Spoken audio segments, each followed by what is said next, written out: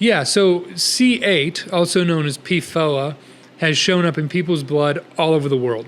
C8 is part of a large family of chemicals known as PFAS chemicals. They're often called forever chemicals, and they get that nickname because they don't readily break down in nature or in the body. Once PFAS gets in the water, soil, food, or bodies, they tend to persist and they build up over time.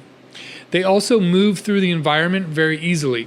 Studies have now detected PFAS chemicals in rainwater, surface water, groundwater, and even ice samples across the globe, including in remote regions like far from any direct industrial source. Large biomonitoring studies have found that virtually everyone tested in the world has at least some PFAS in their blood.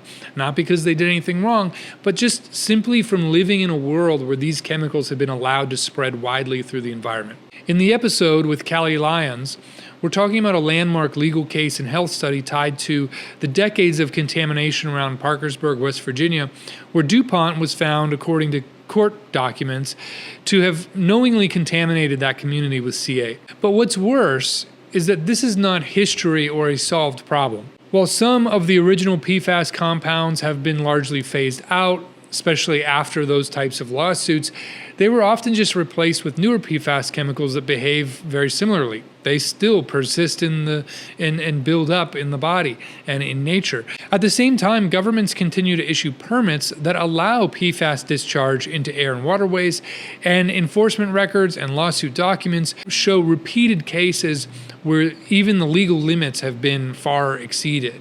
In other words, this is not a solved problem. PFAS contamination is still happening in real time through ongoing industrial releases and approved uses. So what's in your blood?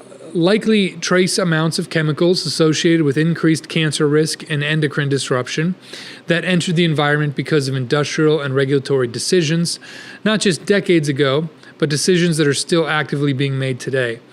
And that's why this matters. What we allow into the environment now helps determine what ends up in people's bodies later. Thanks for watching and asking a great question.